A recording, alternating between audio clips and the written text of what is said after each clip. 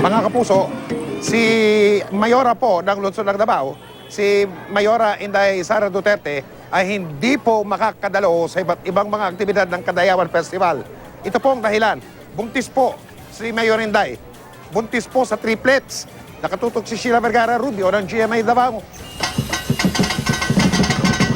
5 araw na ngayong tumatakbo ang 31st Kadayawan Festival sa Davao City.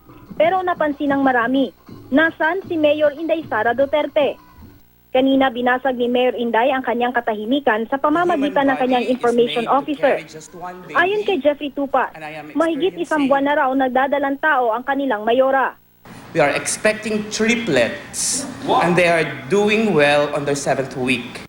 Ipinakita sa media ang ultrasound na kuha noong nakaraang linggo sa Davao Doctors Hospital. 38 anyos na si Inday Sara at nabuntis daw siya sa pamamagitan ng in vitro fertilization. Ganito rin daw ipinagbuntis ni Inday Sara ang kanyang pangalawang anak na si Sting. Inilarawan pa ni Inday Sara ang kanyang pinagdadaanan sa pahayag na binasa ni Tupas. The human body is made to carry just one baby, and I am experiencing threefold of all the pregnancy symptoms that a woman goes through. I am having a hard time with the symptoms as well as the complications of a multi-fetal pregnancy. Gayunpaman, hindi nag-file ng leave of absence si Mayor Sara.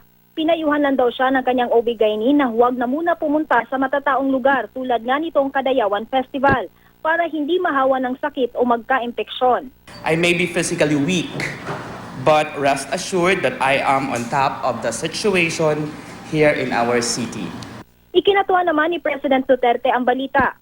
Siyam na ang apo ni Duterte sa kanyang 3 anak at ang pagdating ng triplets sa first family ay inspirasyon daw sa kanya para doblehin ang oras sa paglaban sa droga at kriminalidad. Sheila Vergara Rubio, nakatutok, 24 oras.